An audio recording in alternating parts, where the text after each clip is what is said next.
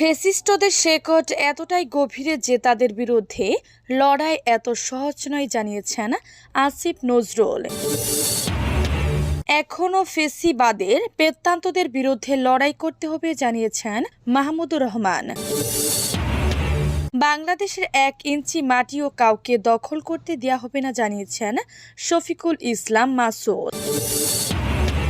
যোগাযোগের নেটওয়ার্ক তৈরি করেছেন আত্মগোপনে থাকা আওয়ামী লীগ নেতারা। আওয়ামী লীগ দেশে জঞ্জাল রেখে গেছে জানিয়েছেন অ্যাডভোকেট মুয়াজ্জেম।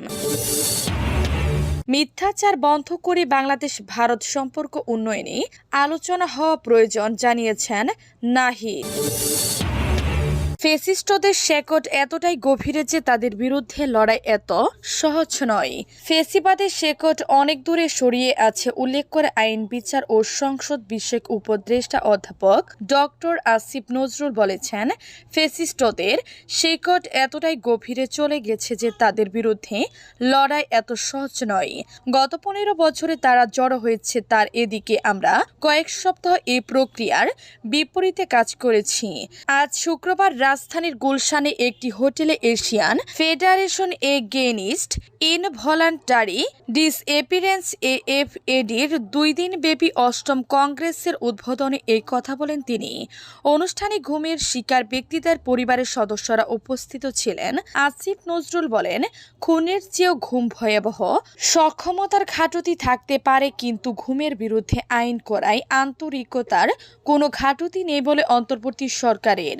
ঘুমের শিকার পরিবারের সদস্যদের পুনর্বাসনের বিষয়ে চিন্তা করছে সরকার। অনুষ্ঠানে গৃহায়ন ও গণপূর্ত মন্ত্রণালয়ের উপদেষ্টা আদিলুর রহমান খান বলেন, বর্তমান সরকার ঘুম হওয়া মানুষের পরিবারের সঙ্গে রয়েছে। এখনও ফ্যাসিস্টদের পেত্তান্তদের বিরুদ্ধে লড়াই করতে হবে জানিয়েছেন মাহমুদুর রহমান। দৈনিক আমার দেশ পত্রিকার সম্পাদক ও প্রকাশক ডক্টর মাহমুদুর রহমান বলেছেন, এখনও ফ্যাসিবাদের পেত্তান্তরা আছে, পেত্তান্তদের বিরুদ্ধে লড়াই করতে হবে। সংবাদপত্র যেন সত্য কথা তুলে ধরতে পারে, সেজন্য সরকারকে সহযোগিতা করতে হবে। আজ মঙ্গলবার সকালে সৈয়দপুর বিমানবন্দরে পৌঁছে এসব কথা বলেন তিনি। এ সময় উপস্থিত ছিলেন আমার দেশ পত্রিকার বার্তা সম্পাদক জাহিদ চৌধুরী, পরে রংপুর সাংবাদিক ইউনিয়ন RPHD এবং নীলফামারী ও সৈয়দপুরের সাংবাদিকদের পক্ষ থেকে ফুল দিয়ে শুভেচ্ছা জানানো হয়।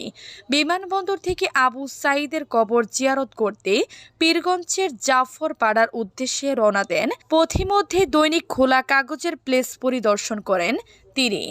মাহমুদুর রহমান বলেন, বাংলাদেশের গণমাধ্যম কর্পোরেট গণমাধ্যম, যতদিন গণমাধ্যম কর্পোরেটের অধীনে থাকবে ততদিন স্বাধীন হবে না।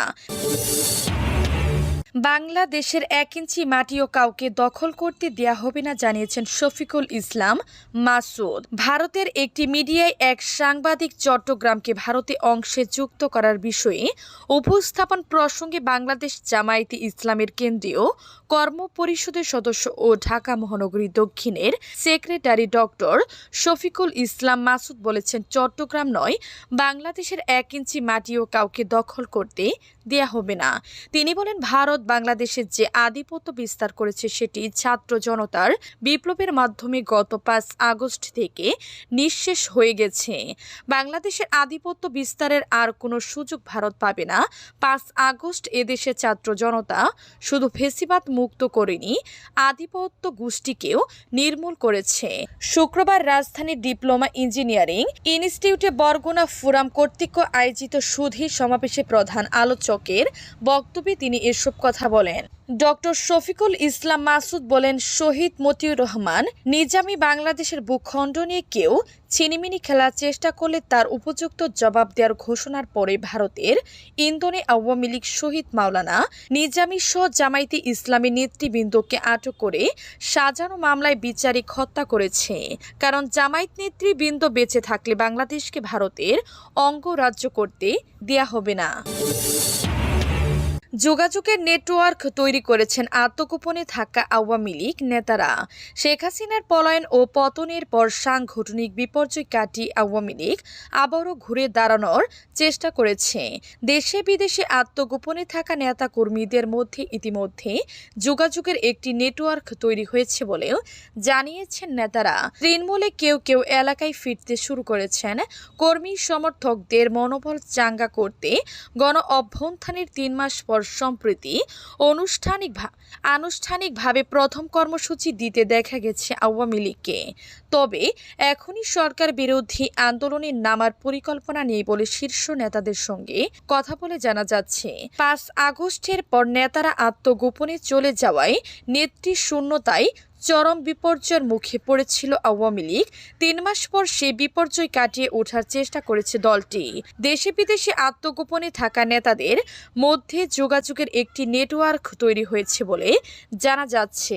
আওয়ামী লীগের সাবেক সাংগঠনিক সম্পাদক খালিদ মাহমুদ চৌধুরী বিবিসি বাংলাকে বলেন, নিয়মিতভাবে এখন আমাদের নেতাকর্মীদের মধ্যে যোগাযোগ হচ্ছে, আলাপ আলোচনা হচ্ছে। আওয়ামী লীগ দেশে জঞ্জাল রেখে গেছে জানিয়েছেন অ্যাডভোকেট মোয়াজ্জেম। জামায়াতে ইসলামের কেন্দ্রীয় সহকারী সেক্রেটারি অ্যাডভোকেট মোয়াজ্জেম হুসাইন হেলাল বলেছেন, আওয়ামী লীগ দেশে জঞ্জাল রেখে গেছে। নির্বাচনের আগে এ জঞ্জাল পরিষ্কার করতে হবে, অন্যথায় সুযোগ পেলে এরা আবার জনগণের সরকার প্রতিষ্ঠার নামে ফেসিবাদের পুনর্জন্ম দিবে। শুক্রবার সকালে টঙ্গী পূর্ব থানা জামায়াতের কর্মী সমাবেশে তিনি এ কথা বলেন। থানা জামায়াতের আমির মাওলানা আব্দুল লতিফের সভাপতিত্বে সমাবেশে বিশেষ অতিথির বক্তব্য দেন গাজীপুর মহানগর জামায়াতের আমির অধ্যাপক জামাল উদ্দিন।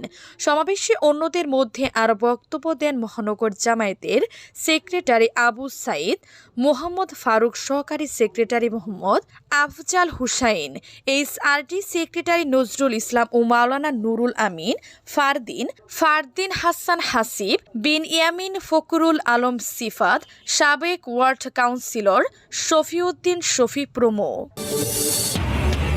মিথ্যাচার বন্ধ করে বাংলাদেশ ভারত সম্পর্ক উন্নয়নে আলোচনা হওয়া প্রয়োজন জানিয়েছেন নাহিদ। ভারতের সংবাদ মাধ্যমে বাংলাদেশ সম্পর্কে মিথ্যাচারের বিষয়ে অন্তর্বর্তীকালীন সরকারের তথ্য ও সম্প্রচার উপদেষ্টা নাহিদ ইসলাম মন্তব্য করেছেন। তিনি বলেন, এ ধরনের মিথ্যাচার বন্ধ করা উচিত, বরং বাংলাদেশ ভারতের সম্পর্ক উন্নয়নের জন্য আলোচনা হওয়া প্রয়োজন। গতকাল বৃহস্পতিবার বিবিসি হিন্দির নিয়াজ সাক্ষাৎকারে এই কথা বলেন অন্তর্বর্তী সরকারের তথ্য ও সম্প্রচার উপদেষ্টা নাহিদ ইসলাম। এ সময় সংখ্যালঘুদের উপর নির্যাতনের অভিযোগ, জুলাই আগস্টের গণ অভ্যুত্থান, বাংলাদেশ ভারতের প্রকল্প সহ বিভিন্ন বিষয় নিয়ে কথা বলেন নাহিদ ইসলাম বলেন, বাংলাদেশের সংখ্যালঘুরা আমাদের নাগরিক, তাদের নিরাপত্তা দেয়া আমাদের দায়িত্ব। এ বিষয়ে ভারতের কিছু বলার দরকার নেই, বরং ভারতের উচিত ছিল জুলাই আগস্টের ঘটে যাওয়া গণহত্যা সম্পর্কে তাদের অবস্থান পরিষ্কার করা। নাহিদ ইসলাম অভিযোগ করে বলেন, বিশ্বের অনেক দেশ জুলাই আগস্টের গণহত্যা নিয়ে অবস্থান পরিষ্কার করলেও ভারত করেনি।